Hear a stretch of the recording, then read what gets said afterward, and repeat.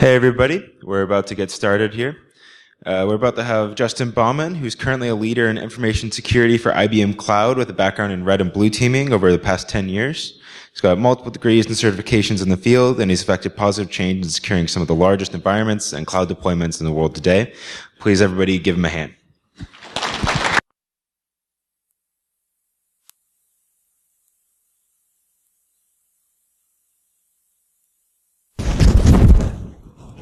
Everybody can still hear me, right? Okay, good. So I know it's a little late for this, but good morning. That was weak. That was terrible. One more time. Good morning. Thank you. All right, so I promise I did not put any memes in my slideshow because I figured you guys have probably seen enough of those. You're going to see more later on today, so it may look a little dull, but I promise I will try to make it as interesting as possible. I'm not going to spend a lot of time on myself. Try not to be a selfish person, but here's my credentials. Well, what you need to know anyway, right? So, as previously mentioned, I work for IBM Cloud. My thoughts and comments here today, though, disclaimer, are my own. I'm not a rep of IBM, and if I ever claim to be, I will probably lose my job. So we'll just leave it at that. So jumping right in, my total plan for this presentation is actually have you guys do the presentation. I'm just going to ask you guys questions and look for feedback. Anybody in here, let me gauge really quick here. Anybody here technically experienced in penetration testing or ethical hacking? Show of hands. Okay, we have a few. Okay. Let's go to the opposite side. Anybody in here technically experienced on the blue team side? Security monitoring, SOC, incident response, DFIR. Okay, we have some. Okay, so let's get away from technical real quick. Let's go non-technical. Anybody experienced in bringing outside vendors into your organization to provide some kind of service like pen testing or vulnerability scanning? Okay, so we've got a few. So you guys know the pain, right? You guys are familiar with procurement, right? Terrible. Doesn't matter who you work for. Terrible.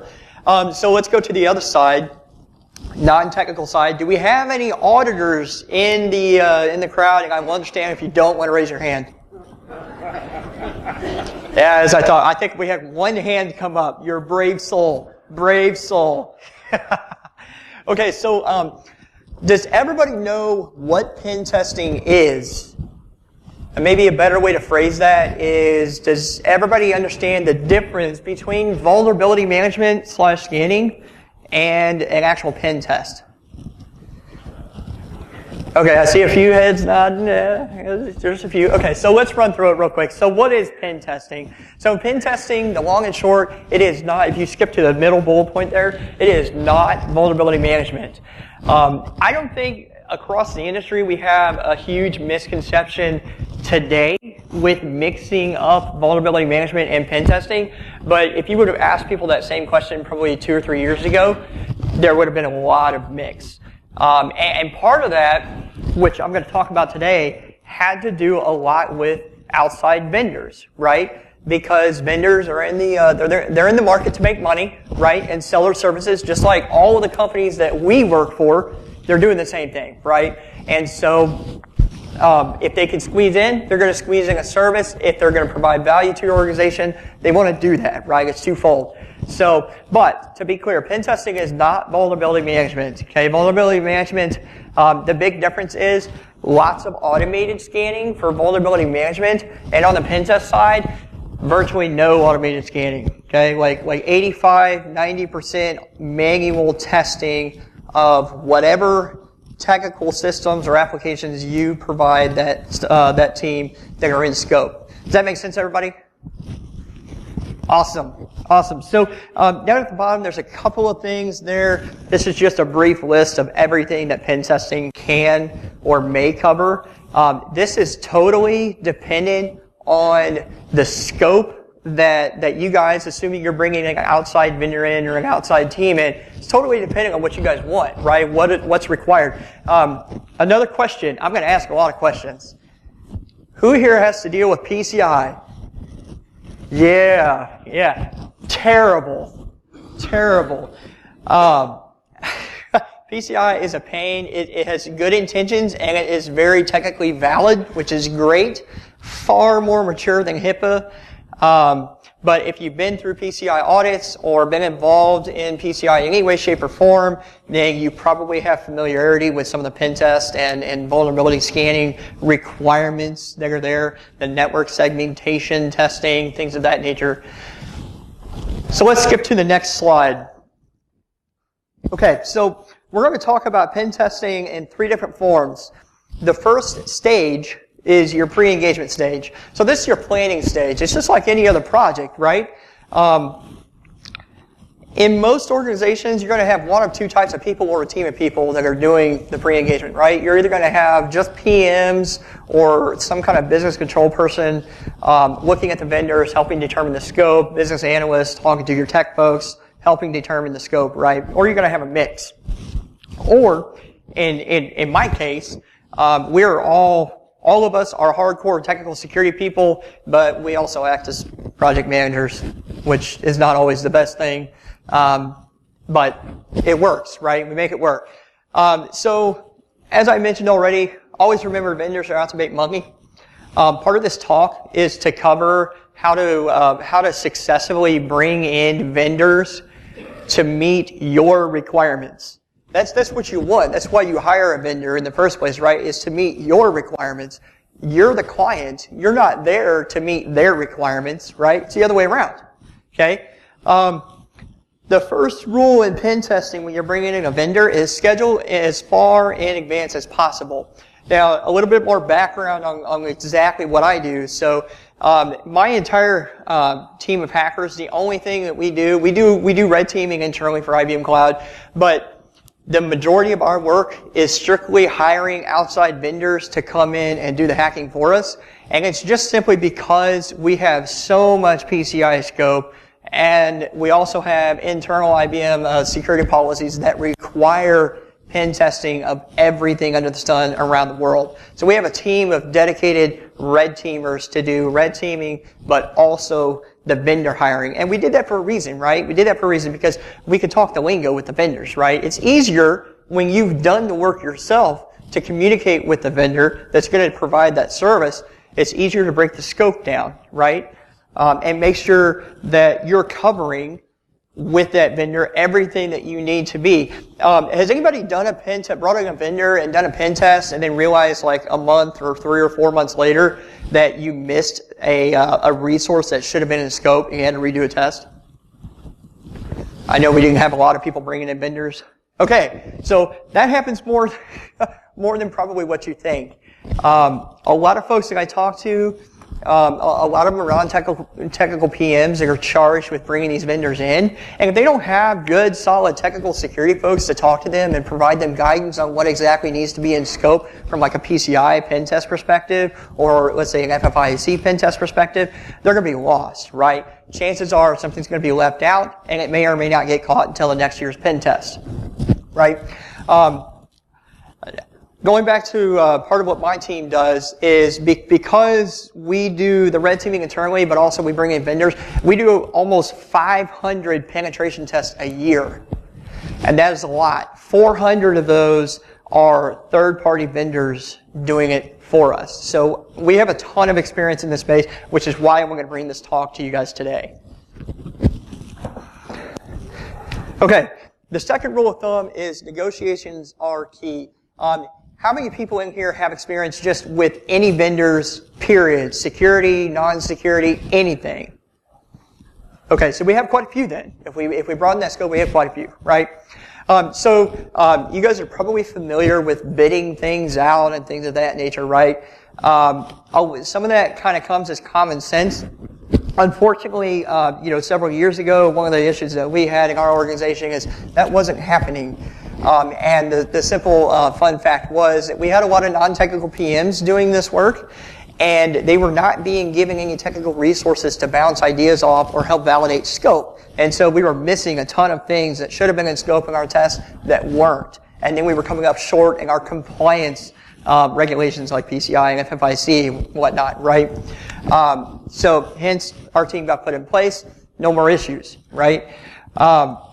So going on to the testing methodology, so a couple of items that you want to look at when you're engaging pen test vendors. You want to ask for their testing methodology. This is important because it gives you an idea of how much manual pen testing they're going to do versus automated scanning they're going to do. Why is that important? Goes back to our previous slide, right? Pen testing is not what?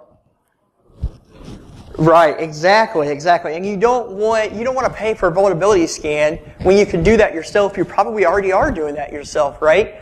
That's just going to show you, oh, well, I'm running an outdated version of TLS, TLS 1.0 or 1.1, whatever it may be, and I should be running 1.2, right? That's not part of pen test criteria. That's part of vulnerability scanning, right? And so you don't want to pay for an expensive pen test, $30, $40, $50, $60,000, just to find out the same things you're already seeing in your own vulnerability scans, right? The statement of work is key. So you want to make sure your statement of work is very sound. The testing methodology may or may not be part of your SOW, but as part of the pre-engagement, when you engage a vendor, you're going to have an initial conversation with them to discuss scope. They're going to draft an initial SOW for you to review. There's a couple of things you want to look for in there. One, the scope. What's the point of an SOW if it doesn't include the scope, right? You want to make sure that all of the technical details of the scope you discuss are in the SOW. I can't tell you how many times I've gone to a vendor and said, hey, here's what we want to do. We gave them all the tech details, and then we got the draft SOW, and guess what was missing? The tech details. So we had to go back to them and say, hey, look, guys, how do you know what you're supposed to be doing? What are we agreeing to if you guys didn't include what we told you we wanted to hire you for, right? The testing time frame, number of days, number of man hours is critically important to be included in your SOW here. Most vendors will break down a pen test engagement by either or of those, or they will provide both, number of testing days or number of testing man hours. I usually see a lot of man hours versus days.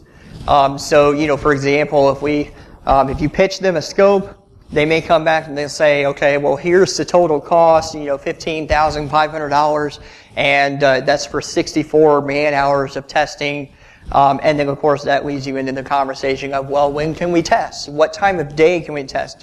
Are there customer change windows we need to consider so we're restricted? That's a lot of times why they don't go by days, because there may be specific restrictions in place like change windows. They may not be able to sit down and do your entire pen test, Monday, Tuesday, Wednesday, as they like to do it, because you might have specific controls for your environments. They just can't do it, right? Look for that in your SOW. Obviously, the final price is important. If you can get them to provide you a pricing breakdown, which goes to point number 3, that is great, because it shows you how much time during that engagement they're going to spend actually doing testing versus actually working on reporting. A lot of vendors will say, okay, we're going to give you 64 hours of testing, and we're going to assign 2 resources to it. But one of the things that could be left out or missed is you're thinking, well, I'm getting 64 hours of testing, right? In reality, you're not. You're maybe only getting 48 hours of testing because the other hours might be allotted to just developing the report. Okay? So that's important to look at. You want to make sure you're getting the best bang for your buck. You don't want to pay for 64 hours of testing and find out you only got 25 hours of actually testing, and then all the rest of it was, documenting a Word document and generating a PDF report for you, right? And of course, the last 2 bullet points kind of go hand in hand. So, the tools and methodology, this is another good one to look for. It may not be included in the SOW, but it should be included in the final report you get, which we'll touch on. Tools will give you a really good indicator as to how much automated versus manual testing they're going to do. So if you see a lot of tools, so say if they give you 4 or 5 different tools they're going to use, if you see things like automated scanners like Nessus, that's fine. But if all the other tools are automated scanners, that's a big red flag right there. That's a really good indicator you're going to get a vulnerability scan and not an actual pen test. So if you start seeing tools like Burp Suite, how many people have heard of Burp Suite? Anybody used it? Right there. Okay, so we got a few. Okay. If you see tools, a lot of times, Kali is the big Linux distro, right? A lot of times, instead of listing all the individual tools, they'll just put Kali Linux. That's your good indicator that they're probably going to do a lot of manual testing. And then, of course, the scope. So one of the things that you might scope, if you do your own in-house app development, and let's say, for example, it has to be PCI compliant, or let's say, for a better example, your organization is really prime with doing proactive security, and they want to pay a $60,000 test to test your in-house app that's non-regulated, right? That's great to hear. One of the things in your scope might be code scanning or code review. Anybody seen that manual code review in any pen tests they've been engaged in? Okay, so it's usually a pretty heftier price, but it's a really good way to bring an outside vendor in that may have some background in development or web application pen testing and give them access to your source code. That's what code review is. And they will actually go through your code line by line and make sure it actually does what it's supposed to do. Is it acting the way it's supposed to? Are there better ways to write code to do the same thing that's more secure? Like I said, usually there's a heftier price that comes with that. But that's something that, if you start seeing tools like check marks, anybody familiar with check marks? They're kind of an automated code review tool. They have a automated but manual mechanism in their tool, I believe. So anyway, if you guys don't, for those that do in-house app development, I do highly recommend bringing an outside vendor in to do those manual source code reviews. A lot of people don't do that because they're thinking, well, I'm giving my crown jewels to a third-party vendor. But if you properly vet them, they have strong credentials, then it shouldn't really be an issue. As long as you don't say, okay, yeah, we're going to give you guys our source code, and then you post all that code on a public GitHub repo. Don't do that. Okay, so we touched on a few of these already. Bid your work out. This was in our organization, this was the number one problem that we were seeing, aside from the scope issue that I mentioned earlier, is because we had a lot of folks that weren't experienced in security, or they weren't experienced in vendor management in general, what we were seeing was we were spending a ton of money for vendor on just one vendor, and nothing was being bid out. And so, once our team was put in place, we immediately fixed that. And we did it for two reasons. First reason was because we were spending almost triple the amount of money a year than what we actually needed to be spending. And the second thing is because the quality of our testing, which you can usually tell from the reports you get, was very, very low. So we were getting crushed in both areas that we shouldn't have been, right? So bid everything out. Even if you're an organization that only has to do the one time a year pen test for some regulation, still bid it out to at least three different vendors. And if you have no idea where to start, I promise you there's a ton of communities out on Google. Ton of communities out on DuckDuckGo. Just, DuckDuckGo it. And I promise you'll find a slew of vendors that you can pick from. And if you find that you have enough time to bid more than three, do 5, 6, or 7, however many it takes to make your organization feel comfortable with the amount of money you're going to spend versus what you're going to get back from them, right? The other thing you want to ask is, are they actually authorized? Have they ever done PCI testing? Have they ever done FedRAMP testing? By the way, anybody involved in FedRAMP pen testing? FedRAMP at all? Okay, so is anybody familiar with 3 PAOs per FedRAMP? Okay, so if you have to bring in a vendor, and I can only speak from pen testing to pen test a FedRAMP certified environment, that vendor has to pay a really, really hefty cost every year to be what they call a 3 PAO. which is specific to FedRAMP. If they don't have that credential, then that vendor can never, ever, ever test a FedRAMP certified environment. And if they do, your test and the money you spent is totally invalid because it won't be accepted by the auditors, if that makes sense. I learned that lesson the hard way this year. We only have one FedRAMP environment, and we don't, we test it annually. And yeah, that was a good lesson learned. So, the other thing you want to ask: are they insured? What do you do? Who's going to eat the cost if they come in and you have a multi-million-dollar public-facing site and they incidentally DDoS it? Who's going to cover that cost? What if it's down for 4 days and costs your company, $1 million because of downtime? Who's going to cover that cost? Well, I can tell you who should cover it, right? But some of it boils down to how much insurance they have to cover losses that may or may not be expected, right? Now, I can tell you in my experience, I've never seen this happen, an actual incidental DDoS happen to where, it costs them money. But then again, I'm only testing one organization, and there's a ton out there. So has anybody heard any stories of any pen test vendors accidentally tipping something over they shouldn't have? Okay, we should chat after this because I like stories. And then of course, scope creep. So scope creep, does everybody know what scope creep is? Anybody heard the term? Okay. So in general, it's, you set a scope and then somewhere down the road in the project, it changes, usually by expanding, right? I can tell you the pen test vendors do not like that at all, simply because they charge by the hour. And they're very, very tight with their scope and planning as part of their pre-engagement process, right? Especially if they're a smaller organization and they only have, let's say, 4 or 5 testers, they're probably spread thin with all of the clients. And so if they have to reschedule or expand the scope on the fly, let's say 2 or 3 days before a test is supposed to kick off, that's really going to put the vendor in a bind. And I would expect you should probably hear, hey, we just can't do that, or we need to schedule this out another 3 months to make sure we have the resources to actually cover this additional scope. Oh, and by the way, this is going to cost another $10,000.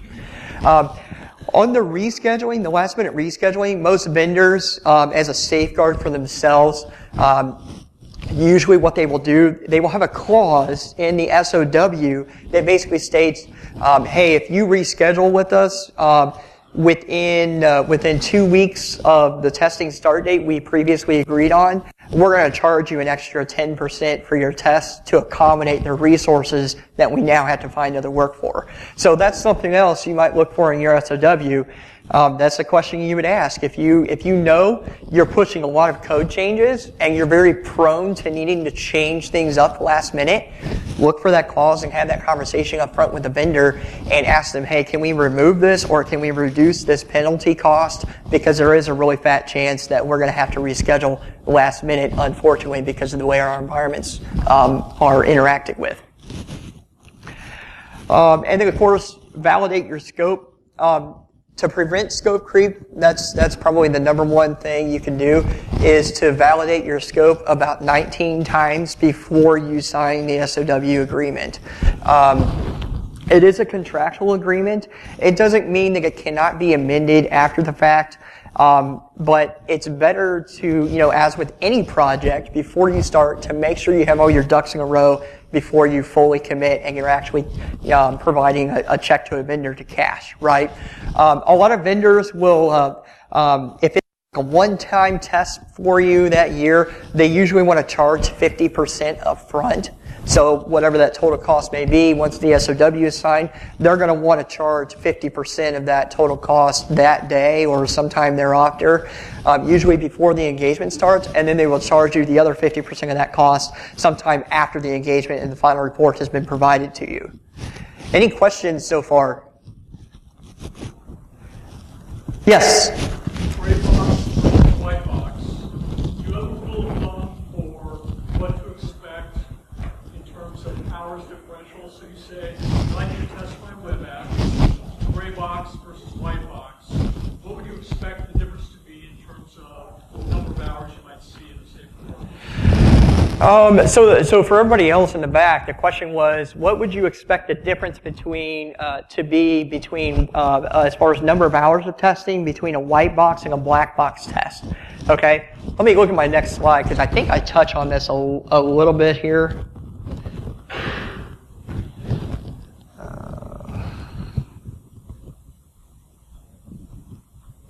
We'll skip to that. I'll cover that right now, though. So I guess the first question I should ask to lead up to that is, does everybody understand what white box, gray box, and black box pen testing is? You've at least heard the terms. Okay, so in a nutshell, white box is where you hire them, whoever it may be, and you give them everything under the sun, all the way down to your architecture diagrams internally to show how your networks are mapped, how your applications are integrated together. Black box is totally the opposite. Black box is as close as you can get somebody to actually act just like a real hacker would, where they have no info. And that may or may not include, they may not even have a website to start from. You know, they may have to start with very basic OSINT, just like any other real world attacker would. Gray box is like 50-50, right? So number of hours between white box and black box testing, simplest answer is I would expect to see black box cost more hours because of the level of research that goes into it as the first couple of days in the engagement. But I will also counter with that by saying that it's up to you as the organization to help determine how much testing time, right? The reason I say that is because a lot of organizations, we have budgets. And as anybody deal with budgets? Line items, oh yeah, they suck. Terrible. Terrible. Security people need unlimited budgets, okay?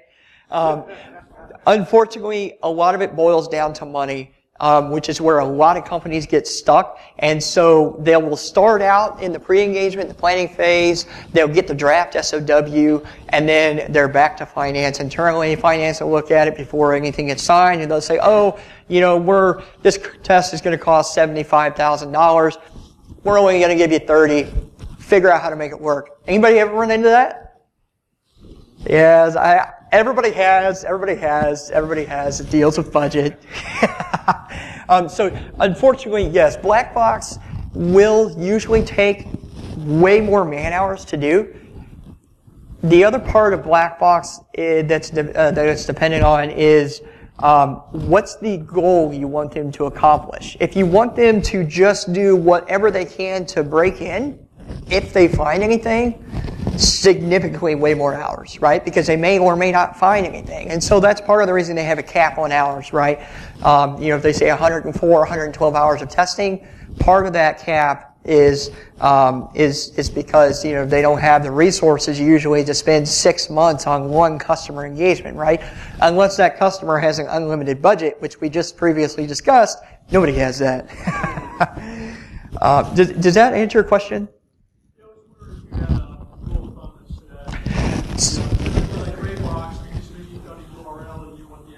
Mm-hmm. That might be twice the hours. It's maybe a white box, requirement specs. Mm-hmm. Yeah. For us, we typically lean towards white box testing, a mixture of gray box and white box testing. Partly because of the number of regulations we have to abide by. A lot of the requirements we have to abide by require not only all of our public stuff to be tested, but also our internal network infrastructure to be tested, right?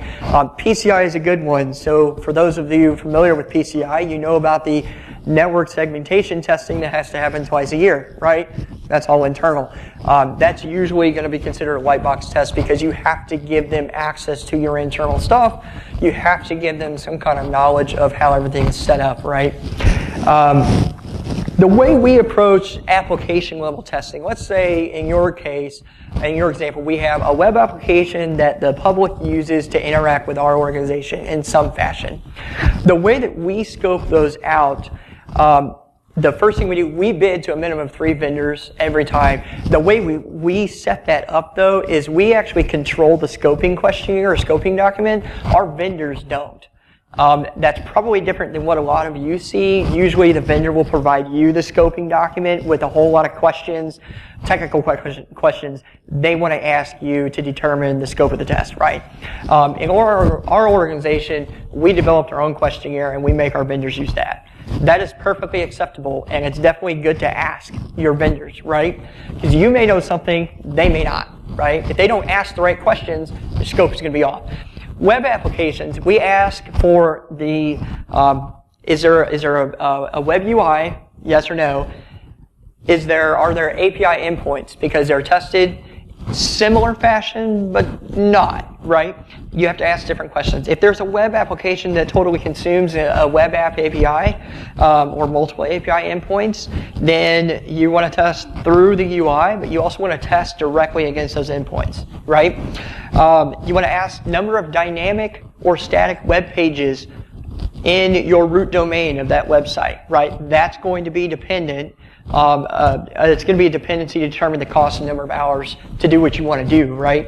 If you go to them and say, hey, I've got 500 pages that are linked or embedded in this one website, they're probably going to say, okay, well, 200 hours, $110,000, we're good to go. If you say, well, we only have 10 or 5, yeah, it might only be a $10,000 test, right? API endpoints, number of calls, and number of methods. Those are totally dependent. I've seen APIs that range up into hundreds of methods and calls, which is a massive test, especially when you combine something like that with, like a /24 or /23 subnet internally. That's a big test. That's kind of how we approach our testing. It's a good mixture between Whitebox and Graybox to make sure we're getting the best bang for our buck, right? Does that answer your question? Okay, perfect. So I had a slide in here to talk about engagement because that's the second phase, right? Once you make it through all this pre-engagement mumbo jumbo, go into the engagement. When you hire a third-party vendor, your only job during the engagement is just to look for updates from the vendor. That's it. Simply put, I mean, unless they find something that's really, really significant, like a critical or high finding that's exposing lots of customer data, something that would really be considered like a true incident that you needed to involve some kind of DFIR team to come in and investigate. Very, very rare, but I'm sure it does happen. In those cases, usually the vendor will pick up the phone and call you and say, hey, look, we found this. It's a huge concern. We're not going to proceed with testing until you look into this and get back to us. They want positive confirmation before they go any further in the test, usually if they find something like that, which is good, right? They're doing two things for you. They're doing their job, which you paid them to do, but they're also giving you a chance to deem that a false positive or proceed with DFIR without them interfering. Has anybody done forensics? Okay, the last thing you want when you have a forensic investigation going on is for a pen test company to be actively pen testing your web apps or something like that, or your network, and filling up the logs, and then you're losing evidence, right? That is not good. That's a really quick way to make a forensic guy really upset. So let's talk about post-engagement. Usually pen tests, in my experience, the reports, you're looking for the report, right? They usually include a lot of findings or next to no findings, okay?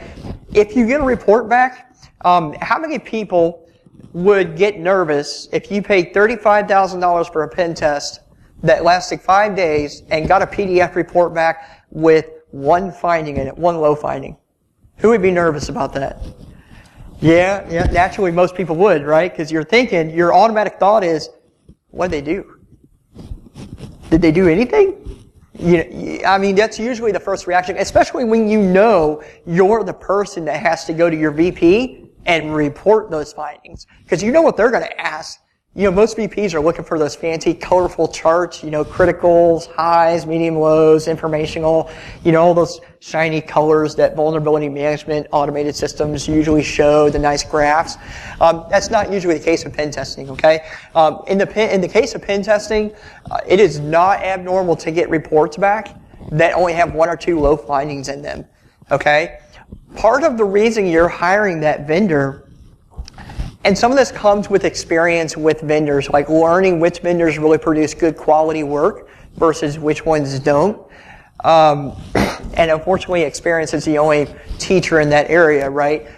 It's not abnormal. They're doing what you hired them to do. If they come back, their name and their credibility is going to be on that report, okay?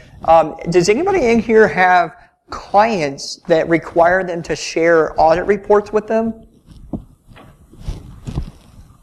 Nobody. Okay, I'm sure. Okay, so maybe one. Okay, so that's one of the things that we have to deal with. So every pen test that we do with a vendor, all of our reports have to be able to be shared with an external client. Okay, and we're going to talk about how we get around some of that stuff, because I'm sure a lot of you are thinking, well, if we find a critical finding, I don't want to share that with a client. You know, nobody wants to share that with a client. We have ways that we get around that still communicate what the clients want to hear, right? And it's not cheating, by the way. I promise. But pen testers, it's not abnormal to get reports back that only have 1 or 2 findings. It's also not abnormal to get pen test reports back that have like 50 findings in there. Okay? I truthfully get more nervous when I see reports that are 40 and 50 pages long, because my first thought is, holy crap, I just paid for a vulnerability scan. And then I start looking through the findings to see what they are. If I start seeing a lot of, well, we're running an outdated version of TLS, or we're missing HSTS. Anybody know what HSTS is? It's a secure header configuration for web applications. That's the kind of stuff that you're going to find in your vulnerability scans on your web apps, right? I do not want to see that in my pen test reports, because that's not what I'm paying for. In your pen test reports in general, and this is really skipping to the last one, pen testing is exploiting vulnerabilities, right? Vulnerability management is identifying vulnerabilities that may or may not be exploitable. So in your pen test reports, you only want to see findings that are actually exploitable.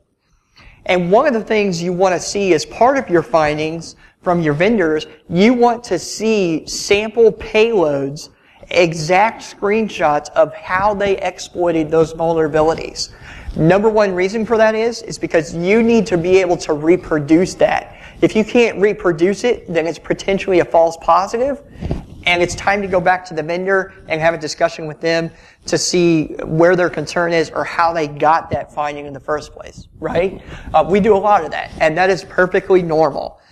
We have a lot of conversations post-engagement with our vendors to understand how they found stuff, simply because a lot of times they'll find stuff that we didn't think about. They're thinking about attack scenarios and testing those we just simply didn't think about, which is part of why you're hiring them, right?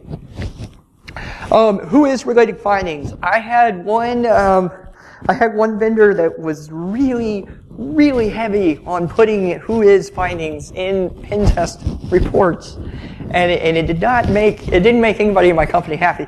So everybody's familiar with who is, right? Who is information. You know, it's usually information like, oh, well, I can map your website, domain to so-and-so, subnet addresses. Or I know who this domain's registered to.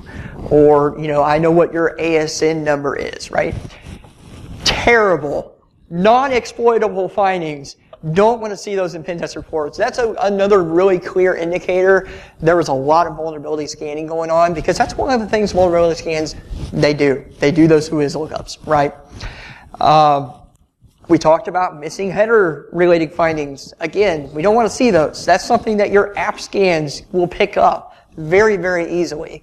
It's something that Nmap can do nowadays very, very easily. And then, of course, we already chatted about exploitable findings in general. We don't want to see those. We want to see things that attackers can actually exploit to compromise our systems. That's the entire point of hiring a pen test vendor. So I'm going to go back up because I know I skipped a few of these. I've got about 11 and a half minutes left. I'm going to try to finish up here in about the next 4 minutes to make sure we have time for additional questions. Mapping your standards to or mapping your findings to a specific standard. Those of you that have seen pen test reports or vulnerability reports, Do you typically see like the findings being mapped to a standard like OWASP or NIST controls? Okay, let me ask this in a different way. How many people have implemented some form of the NIST framework? Okay, how many people look at the OWASP top 10 when they're doing any kind of security review or assessment? Okay, so last question. Would it not be nice to see your pen test findings mapped to a specific NIST or OWASP control so you can identify where your framework gaps are per pen test? Yes, that's one of the things that we did as well that was not being done. That's one of the things, by the way, if you get in bed with a good vendor, then they're going to do a lot of this reporting next to free. They'll have a flat rate cost for reporting in there. But if you go back and ask them, hey, I know this is your default report format, but can you customize this a little bit for us? Which leads to the next slide. Reporting. Detailed exec summary. What did you do? Who did you hire? Right? What did you hire them for? If they're testing a specific web application for you and you have 90 web applications, which one did they test? Right? Detailed sample exploits or payloads, right? You want to see the payloads. And we kind of touched on that, right? Because you want to be able to replicate what they did. If you can't replicate it, then it may or may not be a false positive. False positives in pen test reports, for those of you that have to deal with PCI auditors, like PwC or internal auditors, usually they're going to ask for your pen test reports as part of audit, right? One of the things they're going to ask, and I'm picking on PCI because PCI is a big one. Everybody knows PCI, right? One of the things that we get asked is not only they ask, what did we test? They want to make sure we tested all of our public-facing stuff, but also our internal stuff, right, to meet PCI controls. But they also want to see how it was done, right? If we get a report back that just says, hey, we found, such and such exploit or vulnerability on, on this internal Linux box, and then they just provide you a brief description and maybe an OWASP mapping to it, and then that's it, then you're not really getting any info from them. They're not telling you how they did it. They're not telling you how you can replicate it to test it to see if you need to fix it.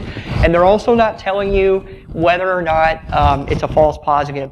If you get a report back and you can prove to the vendor it's a false positive, it's totally worth going back to the vendor and saying, hey, look, let's have a discussion on this because I think this is a false positive, and or we have compensating controls in place for this.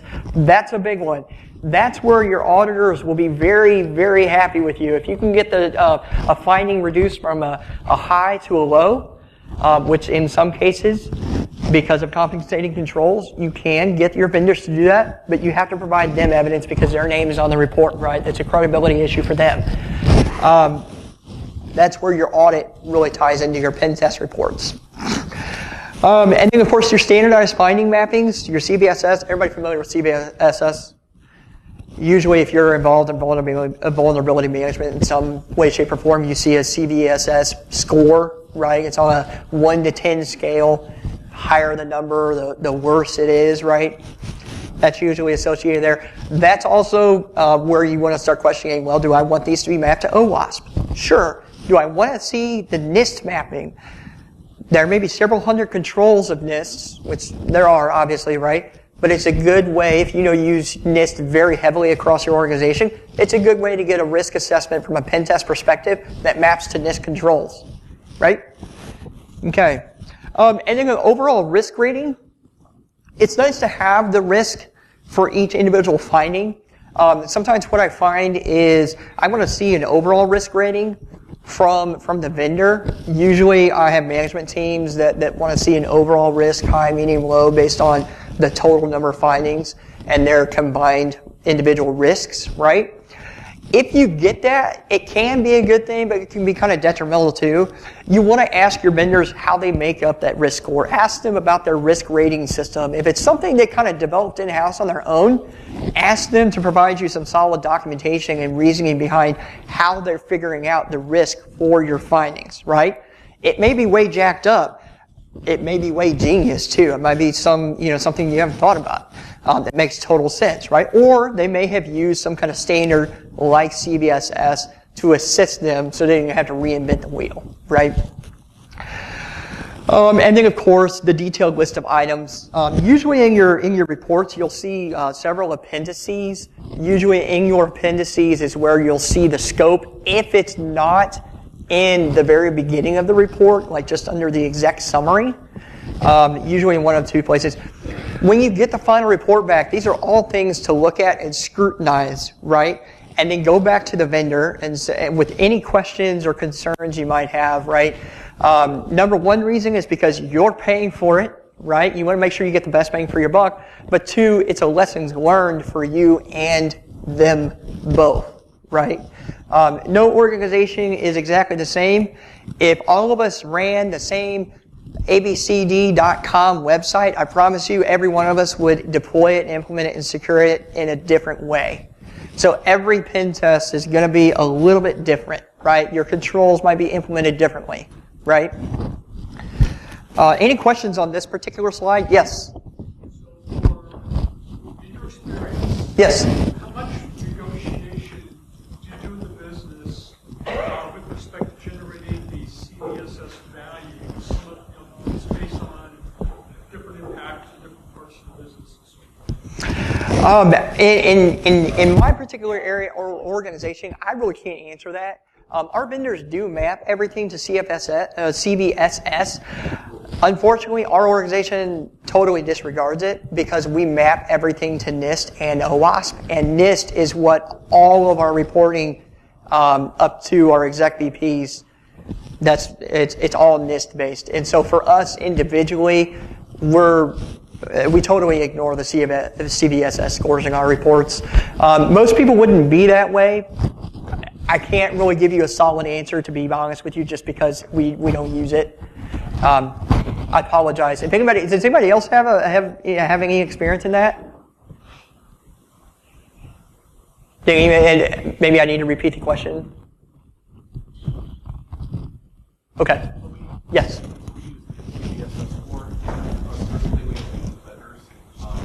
Mm-hmm.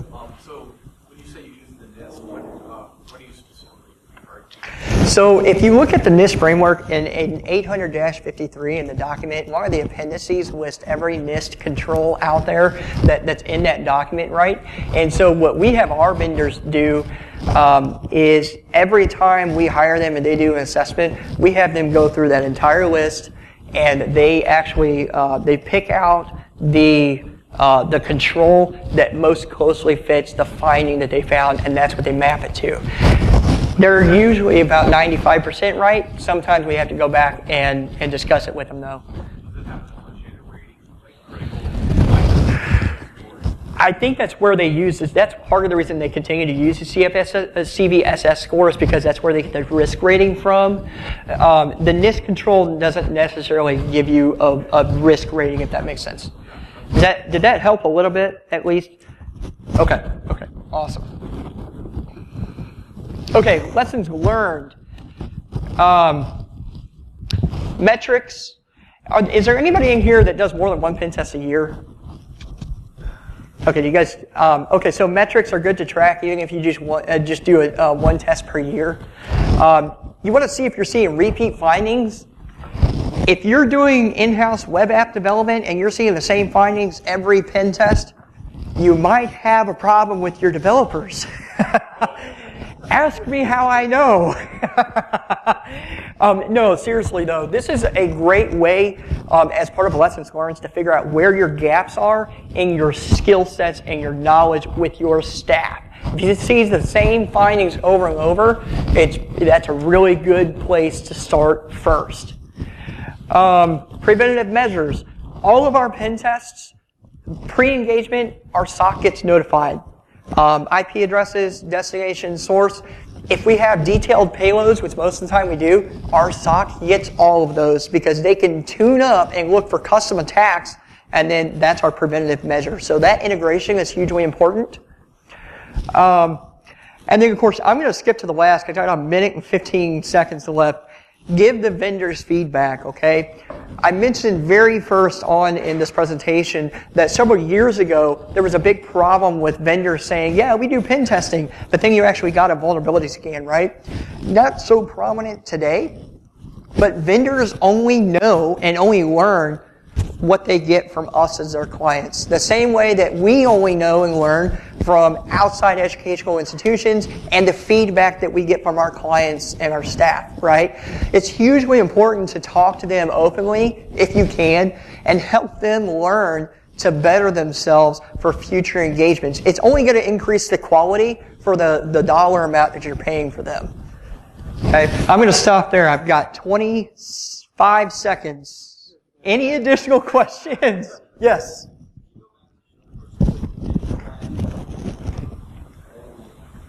This one here? The last thing on the list of the items that no one can see, just get your take on how you want to map controls to OWASP. Considering that the OWASP investment back, for example, has controls for TLS, cyber, or Okay. Let me close out real quick and we'll chat on the side if that's okay. Thank you everybody for coming out. Thank you so much.